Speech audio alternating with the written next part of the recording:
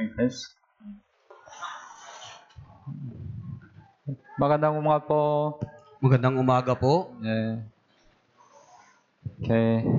Before we start, let's pray together. Bago po tayo magsimula, tayong lahat po ay manalangin. Dear much friend, gracious Father, Mahal naming Ama na mahabagin at mapagpala, thank you for saving us from sin and eternal destruction. salamat po sa pagliligtas sa amin mula sa kasalanan at wala hanggang pagkawasak. Thank you for guiding us to abide in church until now. Salamat po sa pagkapatnubay sa amin na manatili sa church magpahanggang ngayon. By the grace of God, not only we got the salvation, but also we still live our Christian life. Sa biyaya ng Diyos, hindi lamang kami nagkaroon ng kaligtasan, kundi nagpapatuloy pa din po sa aming pamumuhay Kristiyano. So please allow more grace and love so that we can continue our Christian life. Kaya pakiusap, ipahintulot mo po ang iyong higit na biyaya at pag-ibig upang may pagpatuloy po namin ang aming buhay Kristiyano. And this time, by the grace of God, we are gathered together in the name of the Lord. At sa oras nito, sa biyaya ng Diyos, kami po ay nagkatipo ng sama-sama sa pangalan ng Panginoon. This time, please be with us and guide us. Sa oras nito, pakiusap, samahan niyo po kami at patnubayan.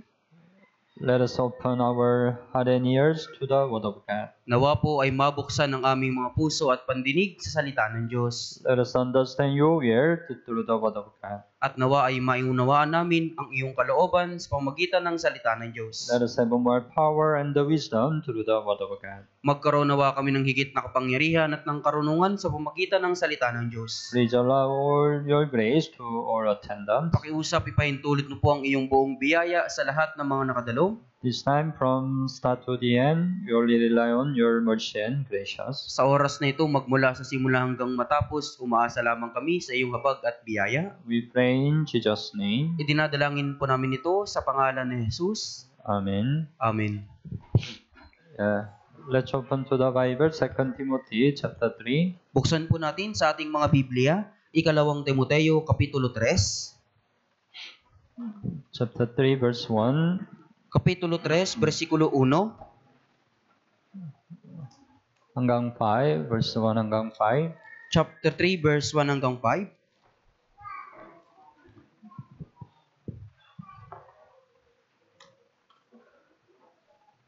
Verse 1 hanggang 5. Verse 1 po hanggang 5. Okay, basahin po natin ng sabay-sabay. Ngunit unawain mo ito na sa mga huling araw ay darating ang mga panahon ng kapighatian, sapagkat ang mga tao'y magiging maibigin sa kanilang sarili, maibigin sa salapi, mayayabang, mga mapagmalaki, mapanlait, suwail sa mga magulang, mga walang utang na loob, walang kabanalan, walang katutubong pag-ibig, mga walang habag, mga mapanirang puri, mga walang pagpipigil sa sarili, mababangis, mga hindi maibigin sa mabuti, mga taksil, matitigas ang ulo, mga palalo, mga maibigin sa kalayawan sa halip na mga maibigin sa Diyos, na may anyo ng kabanalan, ngunit tinatanggihan ang kapangyarihan nito. Lumayo ka rin naman sa mga ito.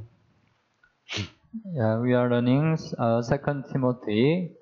Tayo po ay nag-aaral ng Ikalawang Timoteo. We stop in chapter 3, right? Subalit, nahinto po tayo doon sa chapter 3, Because verse there 3. are many things we have to learn in chapter 3. Dahil marami tayong mga bagay na kailangang pag-aralan po matutunan sa chapter 3. Especially we are learning about the sin of the last days. Lalo po tayo ay nag-aaral tungkol sa mga kasalanan sa huling araw. As you know, right, our time is the last days. Gaya po ng inyong nalalaman, di ba po, yung ating panahon ay sa mga huling araw. That's why Jesus sins up prevailed in our time. Kaya ang mga kasalanang ito ay laganap sa ating panahon. But as a saved Christian, right, we need to be separate from these sins. Subalit bilang mga ligtas na Kristiyano, kailangan nating lumayo sa mga kasalanang ito. So, right, verse 5 said, right, from such people, turn away. Kaya sinabi po ng verse 5, lumayo ka rin naman sa mga ito. We need to check ourselves whether we have this sin or not. Kaya kailangan nating siyasatin yung ating sarili kung meron ba tayong ganitong kasalanan o wala. So today, we think about the end of verse 3, despisers, Kaya, despiser of good.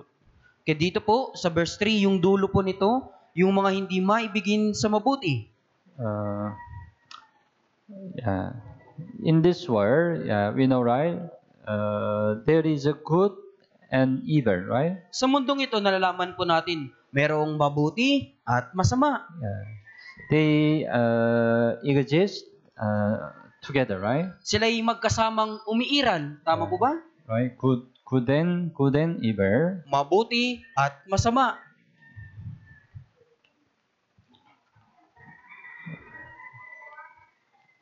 Good and evil, right?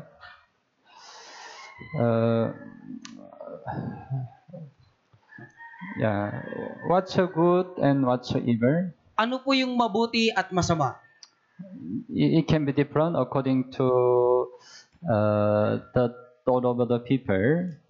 Magiging iba po ito ayon sa pananaw ng tao. Especially our time, it's very confused. What's good? What's evil? Lalo na po sa ating panahon na nakakalito po kung ano yung mabuti at masama. But it's a simple, right? Pero sa mas madali po, ganito. All things belongs to God is a good. Lahat ng bagay na sa Diyos ay mabuti. And all things belongs to Satan, evil, right? At ang lahat ng bagay kay Satanas ay masama. But our time, it's very confused. Pero sa ating panahon, ito po ay nakakalito.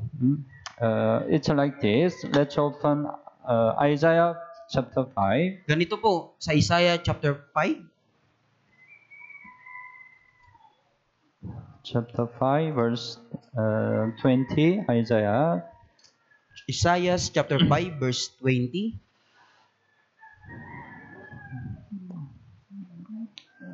Chapter 5, 20. Basahin po natin lang sabay-sabay. Kahabag-habag sila na tinatawag na mabuti ang masama, at ang masama ay mabuti, na inaaring dilim ang liwanag, at liwanag ang dilim, na inaaring mapait ang matamis, at matamis ang mapait. Yeah. Right? Especially our time, right? There are many those who call evil good and good evil. Di ba po, lalo sa ating panahon, marami po yung tumatawag na mabuti ang masama, at ang masama ay mabuti. And sometimes we see evil person prosper. At minsan nakikita po natin na yung masamang tao, sila po yung sumasagana. But the good person, they suffer many afflictions. Subalit yung mabubuting tao, nagdurusa sila ng maraming kahirapan. Right? Tama po ba? We can see this situation, right? Nakikita natin yung ganitong sitwasyon. That's why people confused. Yeah, what's right? What's right? Kaya yung mga tao po, nalilito sila. Ano ba yung tama? That's why in this time, we need to discern what's real good. Kaya sa pagkakataong ito, kailangan nating makilala kung ano po yung tunay na mabuti What's evil. at ano yung masama. And then we have to follow the good. At kailangan nating sumunod sa mabuti. So today we think about what's the good. Kaya sa araw na ito, pag-isipan po natin ano po yung mabuti. At first we have to know God is, you believe in God. Kaya Right. una, kayo po naniniwala sa Diyos. We have to know first God is always good. Kailangan nating unang malaman na ang Diyos ay palaging mabuti. Let's open awit 119. Buksan natin sa awit 119. Awit 119, Sa awit 119, verse 68. sa verse 68 po. Awit 119:68. Okay. Basahin po natin ng sabay-sabay. Ikaw ay mabuti at gumagawa ng mabuti. Ituro mo sa akin ang iyong mga tuntunin. you are good and do good. Ikaw ay mabuti at gumagawa ng mabuti. Because God is good, right? He does good always, right? Dahil ang Diyos ay mabuti, kaya palaging ginagawa niya po ay mabuti. That's why we have to always keep in mind this fact. Kaya kailangan po natin palaging tandaan ang katotohanan ito. God is always good, right? Ang Diyos ay palaging mabuti. Because He Himself is good, right? Dahil siya po mismo ay mabuti. That's why we can believe God will lead us to good way. Kaya maaari tayong sumampalataya na papatnubayan tayo ng Diyos sa mabuting paraan. Lamentation, let's open. Lamentation chapter 3. Buksan po natin sa Panaghoy, chapter 3. Lamentation chapter 3. Panaghoy, chapter 3. Verse 25. Verse 25.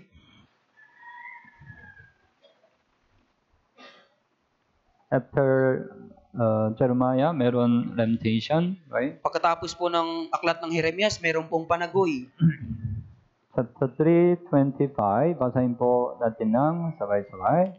Ang Panginoon ay mabuti sa kanila na naghihintay sa Kanya, sa kaluluwa na humahanap sa Kanya. It's right. The Lord is a good, right? The Lord is a good to those who wait for Him, to the soul who seeks Him. Sinabi po dito, ang Panginoon ay mabuti sa kanila na naghihintay sa Kanya, na humahanap sa Kanya. But sometimes in our Christian life, we forget this fact. Pero minsan po sa ating Kristiyanong pamumuhay, nakakalimutan natin ang katotohanan ito. Right. Sometimes you experience many problems, difficulties, right? Minsan po, di ba, nararanasan ninyo ang kahirapan, maraming problema.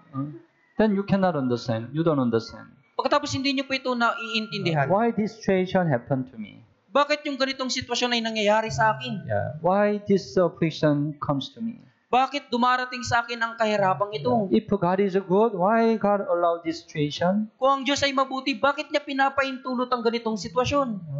Right? Sometimes you have a question. Minsan po nagkakaroon kayo ng katanungan. Tama po ba? You have a question? Tama po ba? Nagtatanong po kayo? That's why you frequently say, why it happened? Kaya madalas niyo pong sinasabi, bakit ito nangyayari? If God is good, why it happened? Kung mabuti ang Diyos, bakit ito nangyari? Why God allowed this situation to me? Bakit pinaintulot ng Diyos ang kalagayang ito sa akin? Then we have to believe God is good, right? Kung kaya kailangan nating sampalatayanan ang Diyos ay If mabuti. God allowed that situation, there is a God's will, right? Kung pinaintulot ng Diyos ang sitwasyong ito, merong kalooban ng Diyos. God's will is also good will, right? Yung kalooban ng Diyos ay mabuting kalooban. We have to also believe God's will is always good will. Kailangan nating sampalatayanan yung kalooban ng Diyos ay mabuting kalooban. So whenever God allows some situation, there is God's good will. Kaya sa tuwing pinapaintulot ng Diyos ang sitwasyon, mayroon pong mabuting kalooban ng Diyos. And in the end, He will lead us to the good way. At sa huli, papatnubayan niya tayo sa tamang daan, mabuting daan. Romans chapter 8. Roma, Kapitulo 8. Romans chapter 8. Verse 28. Roma chapter 8, verse 28. 8:28 also. Basahin po natin ng sabay-sabay. At nalalaman natin na sa lahat ng mga bagay, ang Diyos ay gumagawa sa kapabuti ng mga umiibig sa Kanya, sa kanila na mga tinawag alinsunod sa Kanyang layunin. All things work together for good to those who love God, to those who are the called according to His purpose. Lahat ng mga bagay, ang Diyos ay gumagawa sa kabubuti ng mga umiibig sa Kanya, sa kanila ng mga tinawag alinsunod sa Kanyang layunin. This is God's way, right? Ito po yung kalooban ng Diyos. All things work together. Lahat ng mga bagay gumagawa ang Diyos. Here, all things include good situation, bad situation. Dito po, yung lahat po kasama dito yung mabuting sitwasyon, masamang sitwasyon. Sometimes you have a not good situation, right? Minsan po hindi maayos yung inyong kalagayan. Then as you will learn, you will say, why God allowed this situation? At gaya ng ating natutunan, Nagtatanong tayo, bakit meron ganitong sitwasyon? If God allow bad situation, right, there is God's will, good will. Kung pinahintulot ng Diyos yung ganitong sitwasyon, mayroong mabuting kalooban ng Yeah, Diyos. because God can change that bad situation to good situation. Dahil kayang baguhin ng Diyos ang masamang sitwasyon na ito sa mabuting sitwasyon. Yeah. God wants to lead you to the real blessing. Nais ng Diyos na patnubayan ka sa tunay na pagpapala. But in your side, to reach the blessing, real blessing, you need to pass through better situation. Pero para sa iyo, para mapatnubayan ka sa mabuting paraan, kailangan mong dumaan sa masamang You sitwasyon. know, right? God is our shepherd, right? At nalalaman po natin, di ba, ang Diyos ang ating pastol. Yeah, that's why as a shepherd, He guide us, lead us, right? Kaya bilang pastol, siya yung pumapatnubay sa atin. The Awit 23 said, right? He lead us to the green pasture. He want to lead us to green pasture. Kaya sa Awit chapter 23 po, sinasabi po, pinapatnubayan niya tayo sa mabuting pastulan. Okay, we check the Awit 23. 23 verse 2. 23 po, verse 2. Verse 1 and 2. Verse 1 and 2. Verse 1 and 2 po. Okay, verse 1 and 2. Basahin po natin ng sabay-sabay. Ang Panginoon ay aking pastol, hindi ako magkukulang. Pinahihiga niya ako sa luntiang pastulan, inaakay niya ako sa tabi ng mga tubig na pahingahan. The Lord is my shepherd, right? Ang Panginoon ay aking pastol, di ba po? The Lord became your shepherd? Ang Panginoon po ba yung naging inyong pastol? You became? He's, yeah. Tama. If you are really saved, yeah, the Lord is your shepherd. Kung talagang naligtas ka, ang Panginoon ay iyong pastol. Yeah. And He makes me to lie down in green pasture. Pinahihiga niya ako sa luntiang pastulan. And He leads me in beside the still water, At right? inaakay niya ako sa tabi ng mga tubig na pahingahan. Yeah. But you have to know, God does not lead us to the green pasture, still water immediately. Pero kailangan nating malaman, hindi po tayo agad pahigain ng Diyos sa luntiang pastulan at sa mga tubig na pahingahan. Verse 4, basahin po natin ng sabay-sabay. Bagaman ako'y lumakad sa libis ng lilim ng kamatayan, wala akong katatakutan, samaan. Sapagkat ikaw ay kasama ko, ang iyong pamalo at ang iyong tungkod, inaaliw ako ng mga ito. Yeah. Right? Sometimes we need to pass through the valley of the shadow of death. Minsan kailangan nating dumaan sa libis ng lilim ng kamatayan. Yeah, it's not good situation, right? Hindi po ito mabuting sitwasyon, di ba po? It's a very dangerous situation, right? Ito ay isang masamang mapanganib na sitwasyon. But God allow it. Pero pinahintulot ito ng Diyos. Especially, the Israel has many mountain. Alam niyo po, lalo ng Israel, napakarami ditong kabundukan. Yeah. But that's why sometimes the green pasture located on the high mountain. Kaya minsan, yung ibang kabundukan, yung luntiang pastulan po nakikita sa kabundukan. That's why sometimes the shepherd lead to the ram by passing through very dangerous valley. Pass through the dangerous valley. Kaya dumadaan po sila doon sa mapanganib na mga libis. Yeah, because when they pass through the valley, they can reach the green pasture. Dahil kapag dumaan po sila doon sa libis, darating po sila doon sa luntiang pastulan. God allow the blessing when we pass through many oppression. Papahintulot ng Diyos yung pagpapala kapag tayo ay dumaan sa maraming kahirapan. This is God's way. Ito po yung paraan ng Diyos. But when we are here, right, we complain. Pero kapag nandito na tayo, nagrereklamo po Why tayo. God allow this situation? Bakit pinahintulot ng Diyos yung ganitong sitwasyon? Why God allow bad situation? Bakit pinahintulot ng Diyos ang masamang We have sitwasyon? to believe there is a God's good will. Kailangan natin sampalatayanan, merong mabuting kalooban ng Diyos. Because God is always good, right? Dahil ang Diyos ay palaging mabuti. God wants to give you real blessing. Dahil nais ng Diyos na bigyan ka ng tunay na pagpapala. Don't forget, God is always good. Huwag niyo pong kalimutan na ang Diyos ay palaging mabuti. All things work together for good. Right? Ang Diyos ay kumikilos, gumagawa sa lahat para sa ikabubuti. Yeah. So if you are in difficult situation now, God will change this situation to the real blessing. Kaya kung ikaw ay nasa mahirap na kalagayan ngayon, papalitan ito ng Diyos sa tunay na Yeah. pagkapala. God will lead you to the best way. Best way. Papatnubayan ka ng Diyos sa pinakamainam na paraan. Yeah. But our side, we have to follow it. Follow it. Pero sa ating panig, kailangan po nating sumunod. Okay, so at first we have to know God is always good, Una, kailangan nating malaman, ang Diyos ay palaging mabuti. and then we also have to know before salvation, nobody can do real good. At kailangan din nating malaman, bago ang kaligtasan, walang sino man po yung makakagawa ng kabutihan. Yeah. That's why before we got the salvation, we couldn't do real good. Kaya nga po, bago tayo maligtas, hindi talaga tayo makagawa ng tunay na mabuti. That's why the Bible says, Romans chapter 3. Kaya sinasabi ng Biblia, Roma Kapitulo Romans 3, chapter 3, verse 12. chapter 3, verse 12. Chapter 3, 12. Okay. Basahin po natin ng sabay-sabay. Lahat ay lumihis, sama-sama silang nawalan ng kabuluhan, walang gumagawa ng mabuti, wala kahit isa. Yeah. The Bible says, right?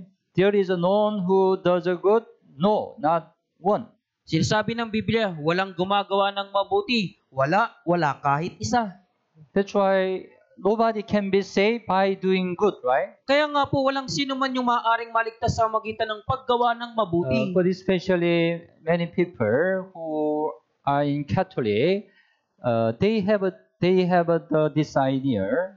Pero lalo na po, karamihan sa mga taong nasa Katoliko, sila po'y mayroong ganitong pananaw. Yeah, they think they can go to heaven by doing good. Sa tingin nila, makakapasok sila ng langit sa magitan ng paggawa ng mabuti. You ask to the Catholic. Opo, tanungin niyo po sila, yung mga Katoliko. Yeah, they think they can be saved by doing good, Sa right? tingin nila, maliligtas sila sa magitan ng paggawa ng mabuti. But the Bible says nobody can do real good, right? Pero ang sabi ng Biblia, walang sino man yung makakagawa ng tunay na mabuti. So maybe you already understand, right? Nobody can be saved by doing good. Kaya marahil na unawaan nyo na po na walang sino man yung maaaring maligtas sa magitan ng paggawa ng mabuti. One more, we find Ecclesiastes chapter 7, Isa pa po, Ecclesiastes chapter 7, 7 verse 20. 7 verse 20. 7:20. Okay, basahin po natin ng sabay-sabay. Tunay na walang matuwid sa lupa na gumagawa ng mabuti at hindi nagkakasala. Right, he also said, nobody can do real good, right? Sinabi din dito, walang sino man yung makakagawa ng tunay na mabuti. That's why if you still think you can go to heaven by doing good, you have to check your salvation first. Kaya kung iniisip mo pa rin na makakapasok ka ng langit sa magitan ng paggawa ng mabuti, siyasatin mo muna ang iyong kaligtasan. It's a really misunderstanding. Dahil ito ay talagang maling pagkakaunawa. Nobody can be saved by doing good. Walang sino man yung maaring maligtas sa magitan ng paggawa ng mabuti. Yeah. But after we got the salvation, we can do good. Pero pagkatapos nating magkaroon ng kaligtasan, makakagawa na tayo ng mabuti. That's why if we look at Galatians chapter 5, 22 and 23, there are nine kind of the fruit of the Spirit. Kaya kung titingnan natin sa Galatia 5:22 hanggang 23, meron pong 9 na uri ng bunga ng Espiritu. After salvation, we have to bear these fruits. Pagkatapos maligtas, kailangan nating mamunga ng bunga na ito. So among these fruit, there is a good. Kaya po sa mga bungang ito, meron po ditong kabutihan. It means after salvation, we have to bear the fruit of the goodness. Ibig sabihin, pagkatapos maligtas, kailangan nating mamunga ng kabutihan. So we have to know why God saved us. Kaya kailangan po nating malaman, bakit tayo iniligtas ng Diyos? Of course, God saved us because He wants we can go to heaven. Siyempre po, niligtas tayo ng Diyos dahil gusto niya na tayo makapasok sa langit. And there is another reason why He saved us. At meron pa pong isang layunin kung bakit niya tayo iniligtas. Let's open Ephesians chapter 2. Buksan natin po, Efeso Kapitulo 2. Ephesians chapter 2, verse 10. Efeso chapter 2, verse 10.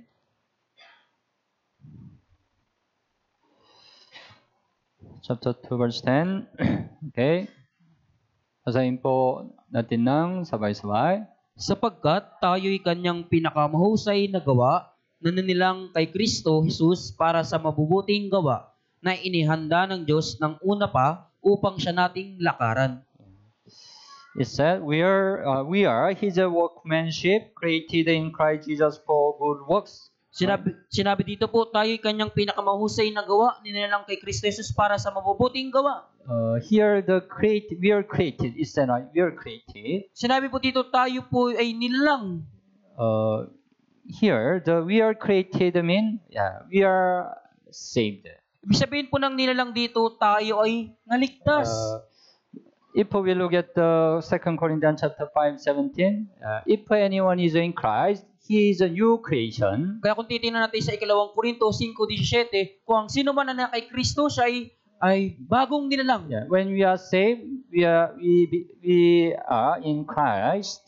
Nung tayo ay maligtas, tayo po ay na kay Kristo. Then we became new creation, right? Pagkatapos tayo naging bagong nilalang. When we got the salvation, right, we are born again as children of God, right? Nang magkaroon tayo ng kaligtasan, ipinanganak tayong muli bilang anak ng It means Diyos. that we are created again. Ibig sabihin, tayo po'y muling nilikha, nilalang. Naintindihan? We became new creation. Tayo po'y naging bagong nilalang. So, here, we are created in Christ Jesus, right? Dito po tayo nilalang kay Kristo Jesus. Anong purpose?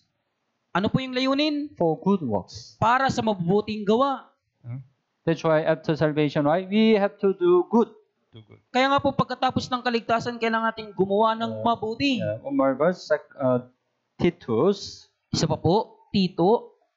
After 2 Timothy, meron Titus. Pagkatapos po ng 2 Timoteo, meron pong aklat ng Tito. Titus chapter 2, verse 14. Tito chapter 2, verse 14. Chapter 2, 14. Also, basahin po natin ng sabay-sabay.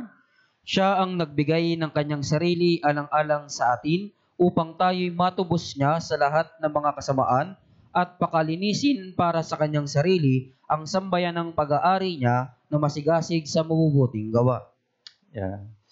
Jesus, right, gave Himself for us. Ibinigay ni Jesus yung kanyang sarili para alang-alang sa So atin. He redeemed us from every lawless deed. At tinubos niya tayo sa lahat ng mga kasamaan. And He purified for Himself His own special people. At pakalinisin para sa kanyang sarili ang sambayan ng pag-aari niya.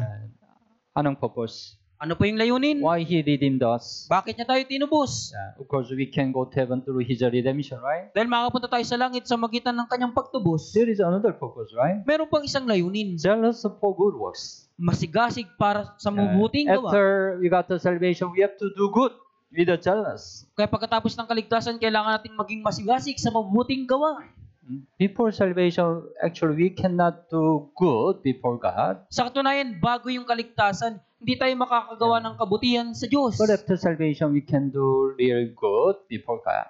Pero pagkatapos maligtas, makakagawa na tayo ng tunay na mabuti sa harapan ng Diyos. Because we became new creation, right? Dahil tayo ay naging bagong nilalang. So, even though we know what's the goodness, we don't do it, it is considered as a sin. Kaya kahit alam na natin yung kabutihan, subalit hindi natin ito ginagawa, ito po'y tinuturing na kasalanan. James chapter 4. Santiago Kapitulo 4. James chapter 4. Santiago Verse 17.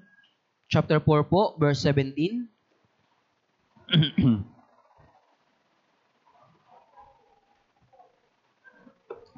James chapter 4:17. Also basahin po natin ng sabay-sabay. Kaya't ang sino mang nakakaalam ng paggawa ng mabuti, ngunit hindi ito ginagawa, ito ay kasalanan sa kanya. Usually we think, right? When you commit some moral sin, it's a sin. Minsan po iniisip natin kapag gumagawa tayo ng mga moral na kasalanan, ito yung kasalanan. Tama po ba? Tama po ba? That's why when you don't do goodness, you don't think it's a sin. Kaya kapag hindi ka gumagawa ng kabutihan, sa tingin mo hindi naman ito kasalanan. But it's God's word. Pero ito po ay salita ng Diyos. We will learn what's good, what's good. Pinag-aaralan natin ano po yung mabuti. If you know what's good, you have to do good. Kung alam mo yung mabuti, gawin mo yung mabuti. If not, but consider it's also sin. Dahil kung hindi, itinuturing din ito ng Diyos na kasalanan. So what's the real good before God? Kung gayon, ano po yung tunay na mabuti sa harapan ng Diyos? We think about Micah chapter 6. Puntahan po natin Micah chapter 6. Micah chapter 6 verse 8. Chapter 6 po, verse 8. After Jonah, meron Micah. Pagkatapos po ng Jonas, meron pong Micah. Micah chapter 6 verse 8. Okay. Basahin po natin ng sabay-sabay. Ipinakita niya sa iyo, o tao, kung ano ang mabuti at ano ang itinatakda ng Panginoon sa iyo, kundi ang gumawa na may katarungan at umibig sa kaawaan at lumakad na may kapakumbabaan na kasama ng iyong Diyos. He has just shown you, O man, what is good, right? Ipinakita niya sa iyo, o tao, kung ano ang mabuti. What's good? Ano po yung mabuti? To do justly, to love mercy, and to walk humbly with your God.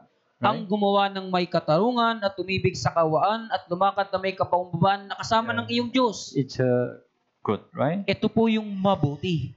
So we think about to walk humbly with your God. Kaya pag-isipan po natin yung lumakad na may kapakumbabaan kasama ng Diyos. We have to walk with God. Kailangan nating lumakad na kasama ng Diyos. After salvation, we have to walk with God. Pagkatapos maligtas, kailangan nating lumakad kasama ng Diyos. That is good. Yan po yung mabuti. God wants we walk with Him. Nais ng Diyos na tayo lumakad kasama niya. In the Bible, there is a representative person who really walk with God, right? Sa Biblia po, meron pong mga kinatawang tao na lumakad na kasama ng Diyos. Sino? Sino po ito? Sino? Sino po? Who is a representative person who walk with God? Sino po yung kinatawan na lumakad na kasama ng Diyos? Ano? Enoch, right? Si Enoch po. You need to read the Bible more. Kailangan nyo pong higit pang magbasa ng Biblia. Genesis chapter 5. Genesis chapter 5. Enoch. Genesis chapter 5, 21 hanggang 24. Genesis chapter 5, verse 21 hanggang 24. Chapter 5, 21 hanggang 24. Basahin po natin ng sabay-sabay. Nabuhay si Enoch na 65 taon at naging anak niya si Matusalem. Lumakad si Enoch na kasama ng Diyos pagkatapos na may panganak si Matusalem ng 300 taon at nagkaanak pa siya ng mga lalaki at mga babae. At ang lahat ng naging araw ni Enoch ay 365 taon. Lumakad si Enoch na kasama ng Diyos at hindi na siya natagpuan sapagkat siya'y kinuha ng Diyos. Nabuhay si Matusalem ng 187 taon at naging anak niya si Lamech. Enoch walked with God 300 years. Sinabi mo dito, lumakad si Enoch na kasama ng Diyos ng 300 taon. Enoch lived, right? Sorry. Right? 365. Opo. Year. Nabuhay po si Enoch ng 365 years. But it said, right, he walked with God for 300 years. Pero sinabi din po na lumakad siya kasama ng Diyos ng 300 taon. When he became 65 years old, he started to walk with God. Nung siya ay naging 65 years old, nagsimula na siyang lumakad kasama ng Diyos. And then after he walked with God for 300 years. At lumakad siya kasama ng Diyos sa loob ng 300 taon. Then God he took away. At kinuha siya ng Diyos. It means he went to heaven without death.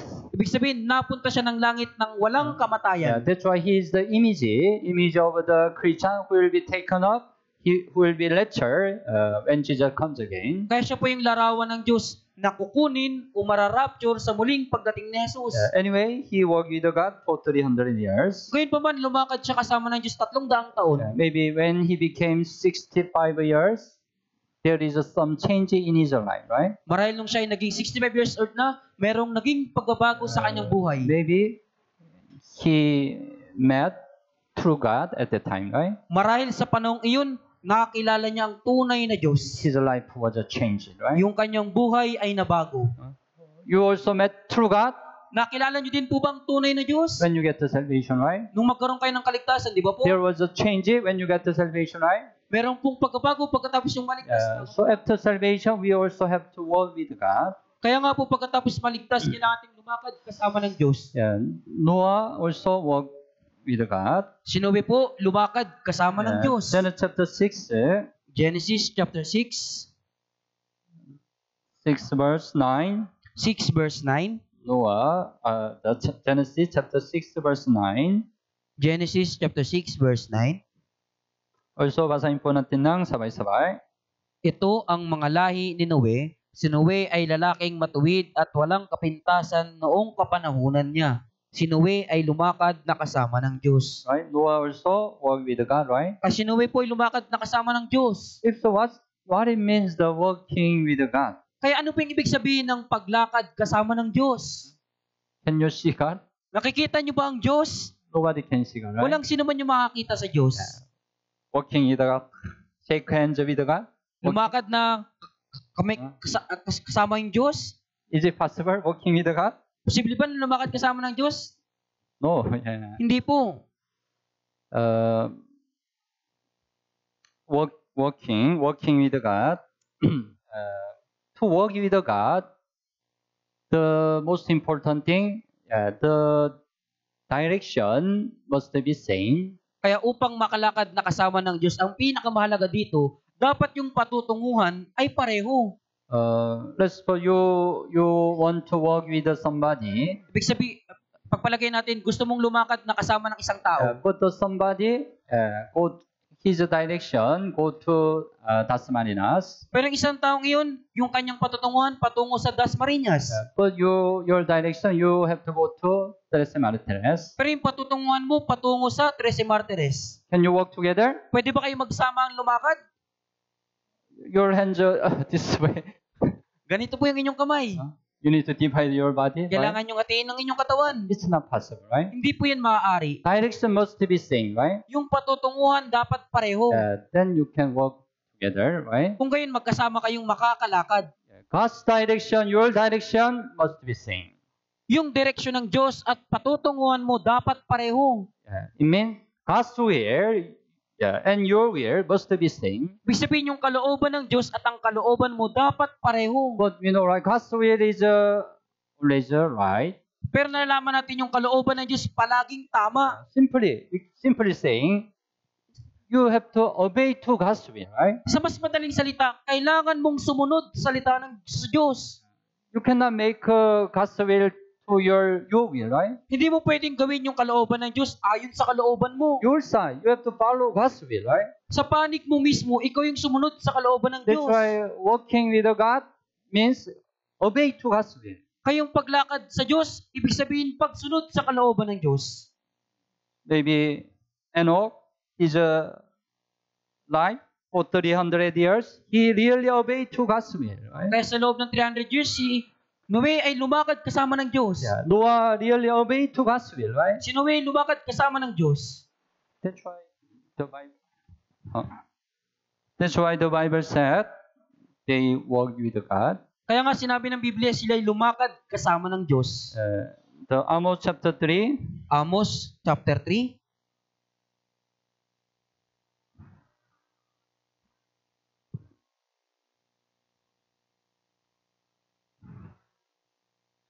chapter 3, verse 3. chapter 3 verse 3. Okay, Amos chapter 3, verse 3. Okay, basahin po natin ng sabay-sabay. Makakalakad ba ang dalawa na magkasama, malibang sila'y mayroong ginawang tipanan? Can two walk together unless they agree, right? Makakalakad ba ang dalawa na magkasama, malibang sila'y mayroong ginawang tipanan? So, if you don't obey to the God's will, you cannot walk with Him. Kaya kung hindi ka susunod sa kalooban ng Diyos, hindi ka makakalakad kasama niya. So, you cannot say you walk with Him if you don't follow His will. Kaya hindi mo pwedeng sabihin na gusto mong lumakad kasama niya pero hindi ka sumusunod sa kanyang kalooban. Every time, every Sunday, we listen to the Word of God, right? Tuwing linggo, tayo po'y nakikinig ng salita ng Diyos. When we listen to the Word of God, we understand what's God's will. Kapag nakikinig tayo ng salita ng Diyos, naiintindihan natin kung ano ang kalooban ng Diyos. This time, God teach you what's God's will. Sa oras na ito, tinuturo ng Diyos sa iyo kung ano ang kalooban ng So, Diyos. if you understand God's will, you have to obey to God's will, right? Kaya kung naiintindihan mo ang kalooban ng Diyos, kailangan mong sumunod sa kalooban ng Diyos. Then you can walk with Him. Kung gayon, makakalakad ka kasama niya. So don't hesitate obeying to God's will. Kaya huwag kang mag-alinlangang sumunod sa kalooban ng Diyos. Awit 40. Awit 40. Awit 40. Verse 8. 40 verse 8. Awit 40 verse 8. Okay. Basahin po natin ng sabay-sabay. Kinaluluguran kong sundin ang iyong kalooban, O Diyos ko, ang iyong kautusan ay nasa loob ng aking puso. I delight to do your will. Kinaluluguran kong sundin ang iyong kalooban. We need to have this heart. Kailangan nating magkaroon ng ganitong puso. We have to delight to do God's will. Kailangan nating malugod na sundin ang kalooban ng Diyos. Even though my flesh doesn't want to follow, you have to obey, right? Kahit na yung ating laman ay ayaw sumunod, kailangan pa rin nating sumunod. So, that's goodness. Goodness after salvation. Yan po yung kabutihan pagkatapos ng kaligtasan. We walk with Him humbly.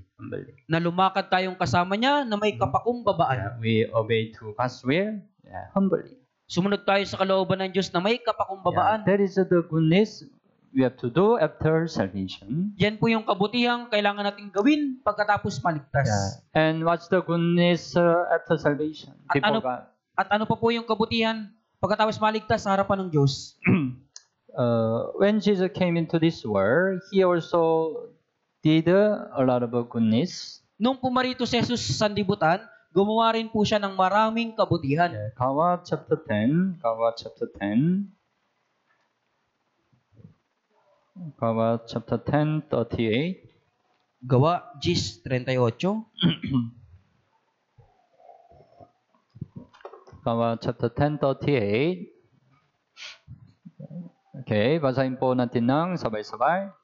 Kung paanong si Jesus na taga Nazaret ay binuhusan ng Diyos ng Espiritu Santo at ng kapangyarihan, kung paanong naglibot siya na gumagawa ng mabuti at nagpapagaling ng lahat ng mga pinahihirapan ng dyablo sapagkat kasama niya ang Diyos. When He came into this world, right, He did a lot of doing good, right? Kaya nung siya ay pumarito sa sanlibutan, gumawa siya ng maraming kabutihan. It's what's the doing good, what He has done. Kaya ano yung mabuting gawa na kanyang ginawa? Of course, He died on the cross to save a sinner. Siyempre po, namatay siya doon sa krus para iligtas ang mga makasalanan. And also He healed many diseases, right? At pinagaling niya din po yung maraming may karamdaman. It's doing good, right? Yan po yung paggawa ng mabuti. And also He preached the gospel. At ipinangaral niya din po ang ebanghelyo. That's really doing good. Yan po yung tunay na paggawa ng mabuti.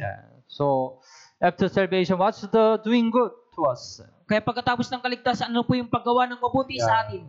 That is saving the lost soul, right? Yan po yung pagliligtas sa mga nawawalang kaluluwa. Because one soul is more precious than the whole world. Dahil ang isang kaluluwa ay higit na mas mahalaga kaysa buong sanlibutan. Let's open Matthew 16. Buksan natin Mateo 16, Matthew 16, verse 26. 16:26. Matthew 16:26.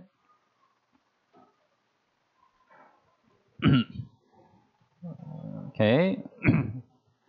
Also, basahin po natin ng sabay-sabay. Sapagkat ano ang mapapakinabang ng tao kung makamtan niya ang buong sanlibutan, ngunit mawawala naman ang kanyang buhay, o ano ang ibibigay ng tao na katumbas ng kanyang buhay? So, right, it said, one soul is more precious than the whole world. Kaya sinabi dito, yung isang kaluluwa ay higit na mas mahalaga kaysa buong sanlibutan. That's why saving the lost soul is the greatest good, right? Kayong pagligtas ng mga nawawalang kaluluwa, ito po yung pinakamalaking gawa, mabuting gawa. Tama po ba? Yeah. Before God. Before. Sa harapan ng Diyos. But to save the lost soul, we need doing good to other also. Pero sa mga taong ligtas po, kailangan din nating gumawa ng kabutihan sa iba.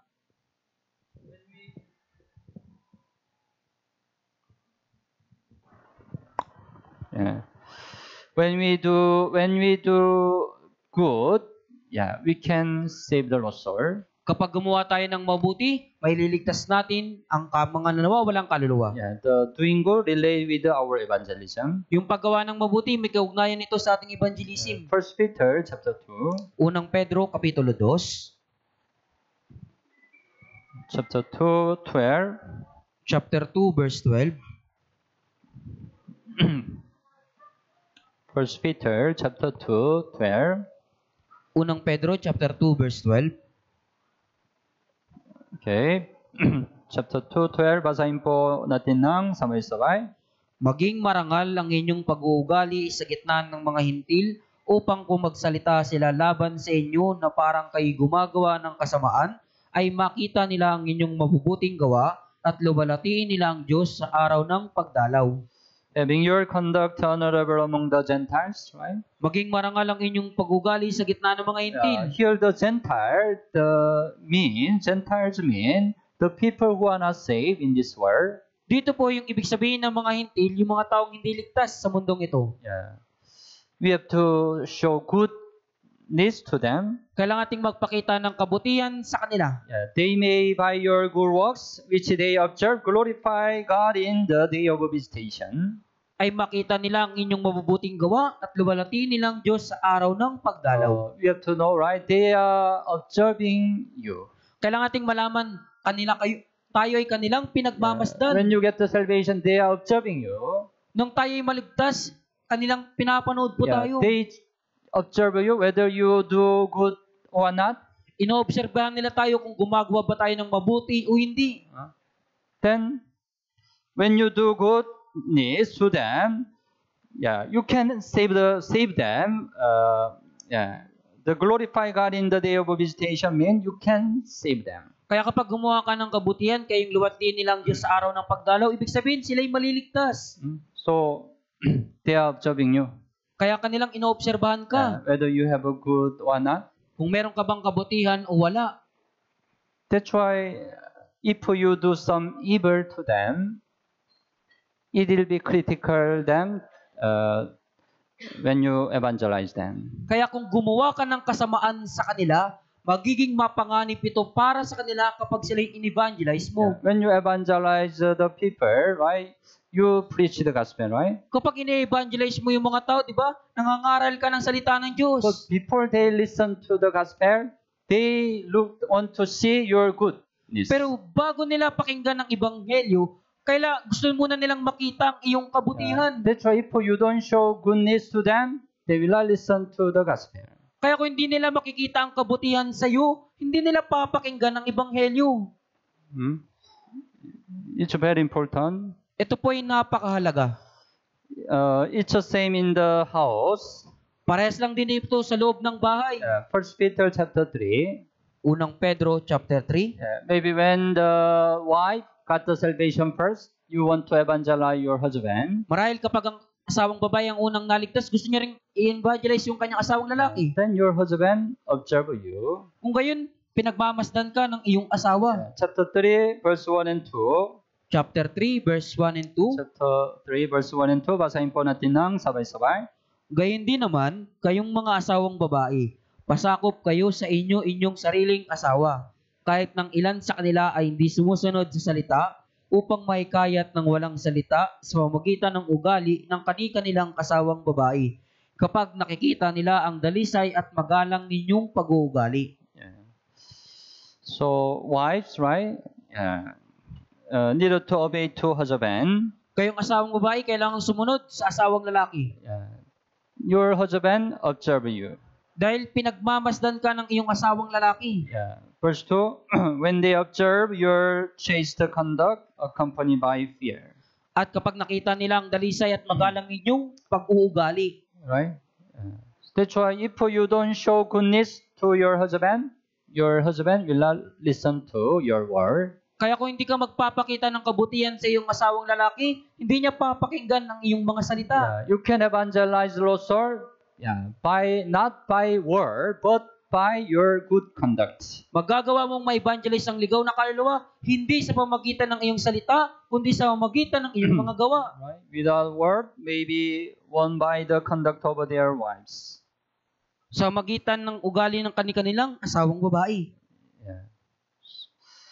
So, if you want to evangelize your family member, you have to show goodness in your house. Kaya kung gusto mong i-evangelize ang iyong kapamilya, kailangan magpakita ng kabutihan sa inyong pamilya. Sometimes some of your family member make you trouble. Minsan ang ilan sa inyong pamilya, ginugulo ka. Make you get angry, right? Yung ginagalit ka po talaga. Then if you show your anger, Kung gayon ipapakita mo yung iyong galit, it's not goodness, right? hindi po yan kabutihan. Tama po ba? Last time we learned the self-control, right? Nakaraan natutunan po natin yung pagpipigil sa sarili. Even though your family member make you get angry, self-control. Kahit na ginagalit ka ng iyong kapamilya, magpigil ka sa sarili. That's showing goodness, right? Yan po yung pagkapakita ng kabutihan. Then you can evangelize. Kung gayon may evangelize mo po sila. Not only you need to do goodness to your family, but also you have to do goodness to your neighbor. Hindi mo lamang gagawin yung kabutihan sa iyong kapamilya, kundi pati sa iyong mga kapitbahay. Romans chapter 15. Roma Kapitulo 15. Romans 15. Roma chapter 15. Verse 2. 15 verse 2 po.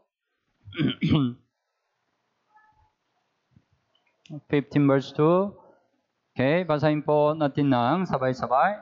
Bawat isa sa atin ay magbigay lugod sa kanyang kapwa para sa kabutihan tungo sa ikatitibay niya. Let each of us please his neighbor for his good. Bawat isa sa atin ay magbigay lugod sa kanyang kapwa para sa kanyang kabutihan. So when you show goodness to your neighbor, you can evangelize your neighbor. Kaya kapag nagpakita ka ng kabutihan sa iyong kapitbahay, sa iyong kapwa, may evangelize mo sila. But here, how much goodness kailangan? Pero dito, gaano karaming kabutihan po yung kailangan?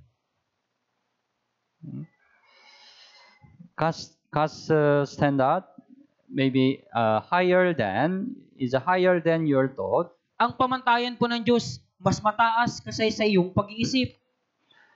Let's open to the Bible, Luke chapter 6. Tingnan po natin, Lucas chapter 6. Luke 6, chapter 27 and 8. Lucas chapter 6, verse 27 hanggang 28. Luke 6, 27 and 8. Okay, basahin po natin ng sabay-sabay. Subalit sinasabi ko sa inyo na mga nakikinig, ibigin ninyo ang inyong mga kaaway, gawin ninyo ng mabuti ang mga napupuot sa inyo, pagpalain ninyo ang mga sumusumpa sa inyo, at ipanalangin ninyo ang mga umaapi sa inyo. It's God's standard, right? Ito po yung pamantayan ng Diyos. Love your enemies. Ibigin mo ang iyong kaaway. Mahirap? Mahirap po ba? You have an enemy. Meron kayong kaaway? It's difficult to love your enemy, right? Napakahirap pong ibigin ang iyong kaaway. Yeah. And do good, right? It said do good to those who hate you. Sinabi dito, gawan ninyo ng mabuti ang mga napupuot sa inyo. Can you do good to the one who hate you? Hate you? Magagawan nyo ba ng mabuti yung taong napupuot sa iyo? Somebody get angry to you? Merong isang taong nagpagalit sa iyo. Can you do good to them? Makakagawa ka ba ng mabuti sa kanila? Mahirap, right? Tama? Mahirap? Mahirap po, di ba? What God wants. Pero ito yung gusto ng Diyos. But it's possible. Pero posible po ito. Because we are different from the people in this world. Dahil naiiba na po tayo mula sa mga tao ng sanlibutan We ito. learn, right? God created us again, right? Natutunan tayo na tayo nilalang ng Diyos. We became new creation, right? Tayo naging bagong nilalang. It's possible. That's why God commanded us. Posible ito, kaya nga po iniutos ito ng Diyos. Verse 33, chapter 6, 33. Chapter 6, verse 33. Okay, basahin po natin ng sabay-sabay. At kung gumawa kayo ng mabuti sa mga gumagawa sa inyo ng mabuti, ano ang mapapala ninyo? Sapagkat gayon din ang ginagawa ng mga makasalanan. If you do good to those who do good to you, what credit is that to you? Kung gumagawa kayo ng mabuti sa mga gumagawa sa inyo ng mabuti, anong mapapala ninyo?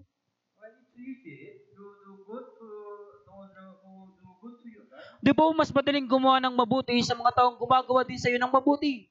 Even the sinner, the unsaved people in this world, they also can do. Maging yung mga makasalanan,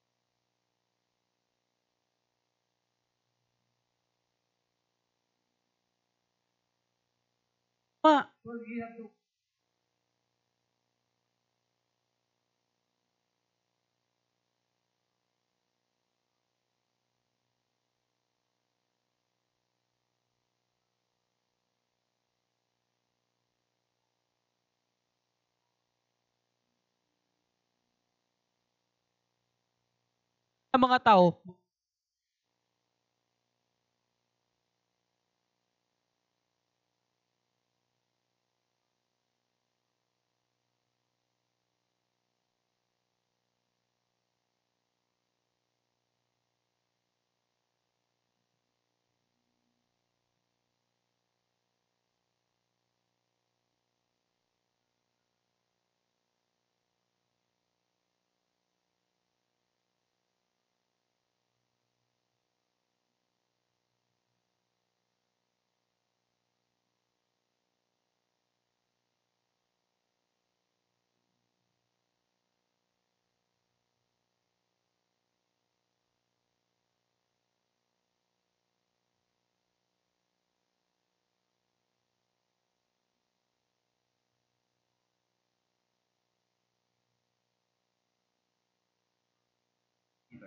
Yan yung paraan upang madaig mo ang masama.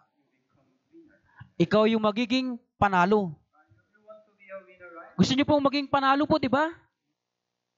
Do not ever to it. Kaya huwag kang gumawa ng masama sa masama. To overcome the evil by good. Daigin mo ng mabuti ang masama. So we need to practice.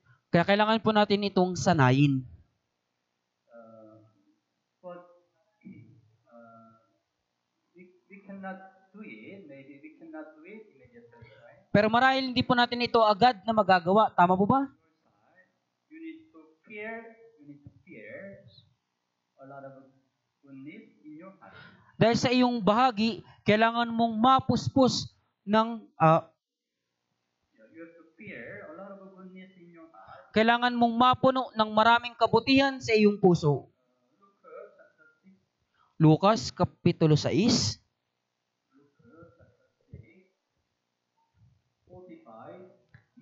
6 verse 45 po.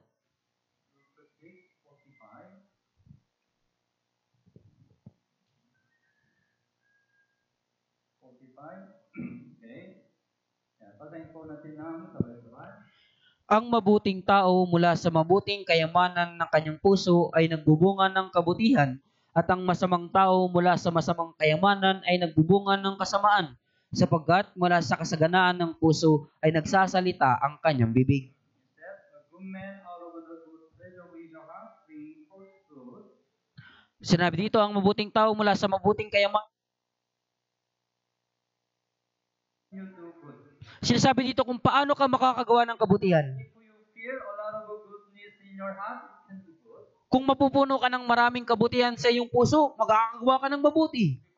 Yeah, out of the abundance of the heart, his mouth speak. Sapagkat mula sa kasaganaan ng puso ay nagsasalita ang kanyang bibig. What you speak comes from your heart. Kung ano yung sinasabi mo, yan ay nagmumula sa iyong puso. Yeah, that's why important thing is what is in your heart. Kaya ang malagang bagay dito, ano ba yung nasa iyong Yeah, puso? what is in your heart comes out. Dahil kung ano yung nasa iyong puso, yan ang lumalabas. Tama po ba? Yeah. According to what is in your heart, you act. Ayon sa iyong puso, yan ang ginagawa mo. Yeah. According to what is in your heart, you speak. Ayon sa kung ano ang nasa iyong puso, yan ang sinasabi mo. That's why if we feel a lot of good in our heart, we can do good. Right? Kaya kung mapupuno tayo ng maraming kabutihan sa ating puso, makakagawa rin tayo ng mabuti. Yeah. Try to fear Word of God. Subukan niyo pong mapuspos ng salita ng Diyos. Word of God. Salita po ng Diyos. Word of God is really good, right? Yung salita ng Diyos ay tunay na mabuti. Tama po ba? That's why if the Word of God is in your heart, Word of God will come out from you. Kaya kung ang salita ng Diyos ay nasa iyong puso, lalabas po yan mula sa iyo. Yeah. Fear by the love of God. Mapuspos ka ng pag-ibig ng Diyos. Yeah. We need to fear more the love of God. Kaya nating higit na mapuspos ng pag-ibig ng Then Diyos. love of God will come out. Kung ngayon yung pag-ibig ng Diyos lalabas. Yeah. Fear by joy of God. Mapuspos ka ng kagalakan sa magitan ng Then Diyos. the joy will come out. Kung ngayon yung kagalakan ay lalabas. Right? Tama po ba? So try to fear many goodness. Kaya subukan nyo pong mapuno ng maraming kabutihan. Yeah. Fear a lot of thanks. A lot of thanks. Mapuno din kayo ng maraming Then pagpapasalamat. you say thanks always, right? Kung Give ngayon thanks, palagi nyo right? pong sasabihin ay salamat. Yeah, you can do good. At magagawa nyo po ang mabuti. Yeah, but you always laid up anger. Pero kung lagi kayo nag-iipon ng galit, Anger. You laid up. nag-iipon ka ng galit, Why the person say like that? bakit ito sinabi ng taong ito? Why he act like that? Bakit siya kumilos na ganun? You fear a lot of anger. Kaya napuno ka ng maraming galit. Yeah, your heart full anger. Yung puso mo napuno ng galit. How is it possible you can do good? Okay, paano ka makakagawa ng mabuti? If anger full in your heart, automatically you will do evil, right? Kung ang puso mo ay puno ng galit, automatic makakagawa ka ng kasamaan. That's why try to fear good things in your heart. Kaya subukan nyo pong mapuno ng mabuting bagay sa inyong puso. Yeah, then you can do good. Kung gayon makakagawa ka ng kabutihan. And especially we also need to goodness not only the unsaved people, but also to our brothers and sisters. At kailangan din natin gumawa ng mabuti, hindi lamang po sa mga taong hindi ligtas, kundi maging sa ating mga kapatiran. Galatians chapter 6. Galatia Kapitulo 6, Galatians 6, verse 10. Galatia chapter 6, verse 10, Chapter 6, verse 10. chapter 6 po, verse 10. So, basahin po natin ng sabay-sabay. Kaya't habang may pagkakataon, gumawa tayo ng mabuti sa lahat, lalong-lalo na sa mga kabilang sa sambahayan ng pananampalataya. Yeah, let us do doing to all, especially to those who are of the household of faith. Gumawa tayo ng mabuti sa lahat, lalong-lalo na sa mga kabilang sa sambahayan ng pananampalataya. Here, the household of faith means saved Christian. Dito po yung sambahayan ng mga ng pananampalataya, ito po yung maligtas na Kristiyano. We have to do good to all, right? Kaya natin gumawa ng mabuti sa lahat. But it said especially. Pero sinabi ito, lalong-lalo na. Especially we have to do more well to our brothers and sisters. Lalong-lalo na, kailangan natin gumawa ng mabuti sa ating mga kapatiran. That's God's will, right? Yan po yung kalooban ng Diyos. That's why we need to pray for brothers and sisters. Kaya kailangan nating ipanalangin ang kapatiran. If meron some brothers and sisters who have a difficulty, we have to help them. Kaya kung merong ilang mga kapatid na nasa kahirapan, kailangan natin silang tulungan. If some brethren, they evangelize some people, we have to help them. Kung merong ilang kapatid na nag-evangelize ang isang tao, kailangan natin silang tulungan. And we can also serve our brothers and sisters. At paglingkuran din po natin yung ating mga brothers and sisters. So we have to try to do more well, do good to our brothers and sisters. Kaya kailangan nating subukan na gumawa ng maraming ng mabuti sa ating mga brothers and sisters. It's special. Kaya sinabi ito, lalong-lalo na. We have to do good, especially to those who are of the household of faith. Kailangan natin gumawa ng mabuti, lalong-lalo na sa mga kabilang sambahayan ng pananampalataya. But when we do good, many affliction will follow. Pero kapag gumawa tayo ng mabuti, marami po ditong nakasunod na mga kahirapan. Doing good is not so easy. Yung paggawa ng mabuti, hindi po ito madali. Your side, you have to do a lot of labor and sacrifice. Sa iyong panig, kailangan mong gumawa ng maraming pagpapagal at sakripisyo. And you can have a lot of affliction also. At magkakaroon ka din ng napakaraming kapigatian. But it's the Bible says it's beautiful. Pero sabi ng Biblia, ito po'y maganda. 1 Peter chapter 2. Unang Pedro chapter 2. 1 Peter chapter 2, 20. Chapter 2 po, verse 20. Chapter 2, 20. Also, basahin po natin ng sabay-sabay. Kat na kapag kayo nagkakasala at inahampas dahil dito, ay inyong tinatanggap na may pagtitiis, ngunit kung kayo gumagawa ng mabuti at kayo nagdurusa dahil dito, at inyong tinatanggap na may pagtitiis, ito'y kalugod-lugod sa Diyos. So, right, when you do good and suffer, you Gumawa ka ng mabuti, magdurusa ka. But if you take it patiently, this is Ngunit kung tinatanggap niya ito na may pagtitiis, ito'y kalugod-lugod sa Diyos. It's really beautiful. Harapan ng Diyos. When you do good, you will suffer many things. Kapag gumawa ka ng mabuti, magdurusa ka ng maraming bagay. But it's beautiful. Subalit ito'y kaaya-aya. Because it's also the will of God. Dahil ito rin po ay kalooban ng Diyos. 1 Peter chapter 3. Unang Pedro po, chapter 3. Chapter 3, 17. 3 verse 17. Chapter 3, 17. Okay. Also, basahin po natin ng sabay-sabay. Sapagkat mas mabuting magdusa dahil sa paggawa ng mabuti kung iyon ay kalooban ng Diyos kaysa magdusa dahil sa paggawa ng masama. Is that right? If it is the will of God to suffer for doing good. Sabi ito Ito yung kalooban ng Diyos na magdusa sa paggawa ng masama. Yeah, Sa it's paggawa clear, ng right? mabuti. It's a will of God. You suffer for doing good. Kaya malinaw po na kalooban ng Diyos na ikaw ay magdusa sa paggawa ng mabuti. Yeah, that's why we have to continue doing good. Kaya kailangan nating magpatuloy sa paggawa ng mabuti. 1 Peter chapter 4, Unang Pedro, chapter 4, 19, verse 19. chapter 4, 19. Also, basahin po natin ng sabay-sabay. Kaya't ang mga nagdurusa ayon sa kalooban ng Diyos ay ipagkatiwala ang kanilang mga kaluluwa sa tapat na lumikha sa paggawa ng mabuti. Here, right, it said, there are those who suffer according to the will of God. Dito po merong mga nagdurusa ayon sa kalooban ng Diyos. We learn, right, God is always good. Natutunan natin ang Diyos ay palaging mabuti. That's why sometimes God allow the operation in our Christian life. Kaya minsan pinapaintulot ng Diyos ang kahirapan sa ating buhay But Kristiyano. God allow the operation according to the will of God. Pero pinaintulot ng Diyos ang mga kahirapan ayon sa kalooban ng Diyos. But the problem is that Pero ito po yung problema. when we suffer operation, we give up doing good. Kapag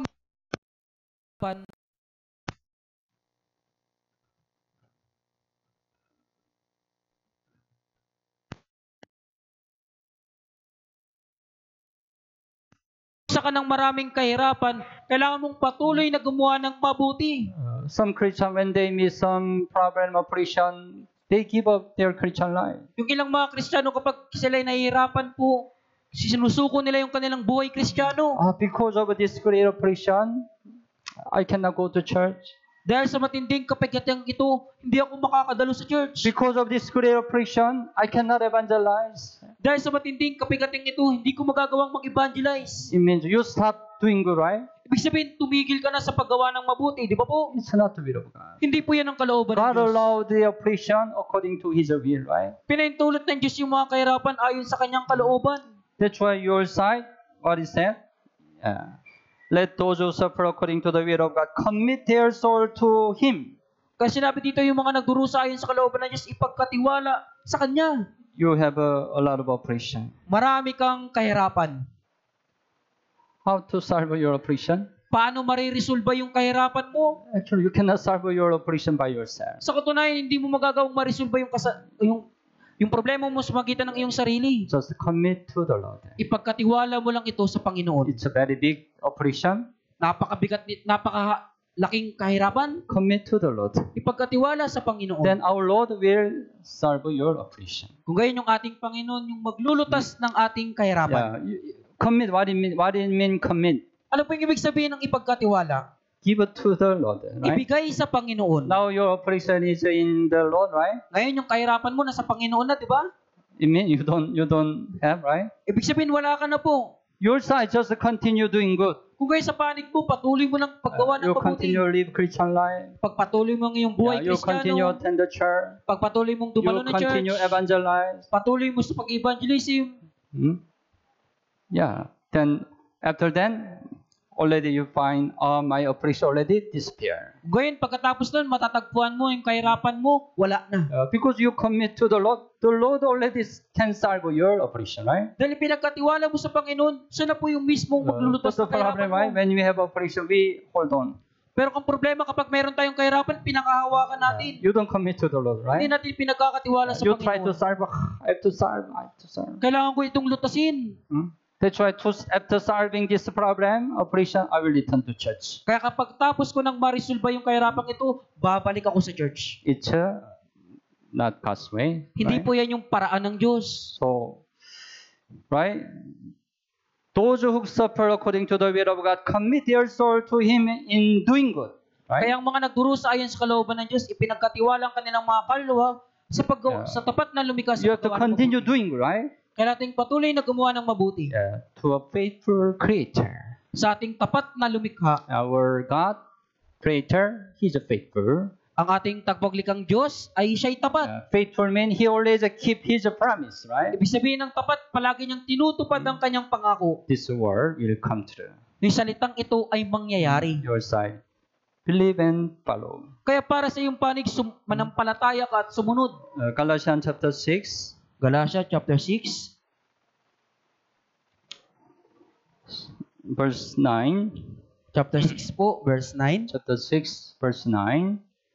Chapter 6, verse 9. Okay. Also, basahin po natin ng sabay-sabay. At huwag tayong manghinawa sa paggawa ng mabuti, sapagkat sa takdang panahon ay mag-aani tayo kung hindi tayo manlulupaypay. Sometimes we can be weary while doing good, right? Minsan tayo po ay nanghihinawa kapag gumagawa tayo ng mabuti. Because doing good is not easy, right? Dahil yung paggawa ng mabuti hindi madali. Not easy to obey to the will of God, right? Hindi po madaling sumunod sa kalooban ng Diyos. Tama po Not ba? easy save the lost soul, right? Hindi po madaling magligtas ng kaluluwa, di ba po? Frequently we fail evangelism, right? Madalas tayong nabibigo sa evangelism, tama po ba? While doing good, we can be weary, right? Habang gumagawa tayo ng mabuti, tayo'y manghihinawa. But don't give up. Pero huwag kang sumuko. In due season, you shall live if we do not lose our heart. Sa takdang panahon ay mag-aani tayo kung hindi tayo We have to manlulupay. continue doing good. Kailangan nating patuloy na gumawa ng mabuti. Then we will live. Kung gayon tayo aani, God will answer our doing good. sasagutin ng Diyos yung ating paggawa ng mabuti. God will repay our doing good. Susuklian ng Diyos yung paggawa natin ng mabuti. The last word, Romans chapter 2. Huling verse po, Roma chapter 2. Romans chapter 2, verse 6 and 7. Chapter 2, verse 6 hanggang 7. 6 and 7. Chapter 2, 6 and 7. Basahin po natin ng sabay-sabay. Kanyang gagantihan ang bawat tao ayon sa kanyang mga gawa, sa kanila na sa pamamagitan ng pagtsatsaga sa mabuting gawa na naghahanap ng kaluwatian at karangalan at ng kawalan ng kasiraan, ay nagbibigay siya ng buhay na walang hanggan. Who will render to each one according to his deeds, right? Kanyang gagantihan ang bawat tao ayon sa kanyang mga gawa. Right? 6, right? Yes po. Verse 7, eternal life to those who by patience continue earns in doing good, seek for glory, honor, and immortality. Sa kanila na sa pamamagitan ng pagtsatsaga sa mabubuting gawa na naghahanap ng kalulatian at karangalan at ng kawalan ng kasiraan, ay magbibigay siya ng buhay na walang hanggan. God remember all our doing good. Aalalahanin ng Diyos ang lahat natin gawang mabuti. Sometimes you do good, right? But nobody knows you're doing good, right? Minsan po gumagawa ka ng mabuti, pero minsan walang nakakaalam nito. Nobody praise you're doing good, right? Walang pumupuri ng paggawa mo ng mabuti. Don't worry, don't worry. Huwag kang mag-alala. Don't expect the praise of the other. Huwag mong asahan yung papuri mula sa You ibang can do tao. good before God.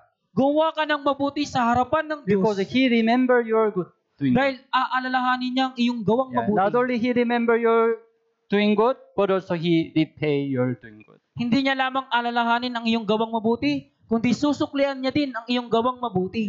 That's why you have to continue doing good. Kaya kailangan mong patuloy na gumawa ng mabuti.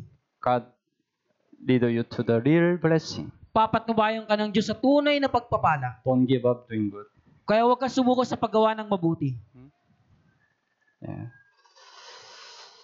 So, we learn today, right? What's the goodness before God? Kaya natutunan po natin sa araw na ito kung ano po yung kabutihan sa harapan ng Diyos. So we have to practice what we learn today. Kaya kailangan po nating isagawa kung ano po yung ating natutunan sa araw na ito. Okay, let's pray together. Tayong lahat po ay manalangin.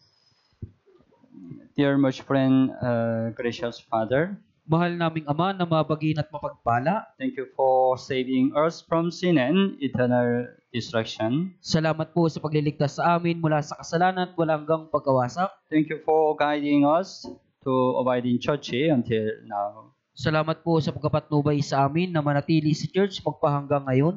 We know that even though we got the salvation, we can have a lot of oppression according to the will of God. Nalalaman po namin na kahit na nagkaroon kami ng kaligtasan, marami pa rin po kaming kahirapan ayon po sa kalooban ng Diyos. So let us believe God wants to allow more blessing through this affliction. Pero kailangan po namin sa paltayanan na papahintulutan ng Diyos ang maraming pagkapala sa magitan po ng maraming kahirapan. So rather than be discouraged by affliction, then we can commit all our operation to the Lord. Kaya sa halip na panghinaan kami dahil sa maraming kahirapan, ay ipagkatiwala namin ang lahat naming kahirapan. Especially let us continue doing good in our Christian life. Higit sa lahat, naway ipagpatuloy namin ang paggawa ng mabuti sa aming buhay Kristiyano. We only rely on your mercy and gracious. Kami po'y umaasa lamang sa iyong habag at biyaya. We pray in Jesus' name. Dinadalangin po namin ito sa pangalan ni Jesus. Amen. Amen.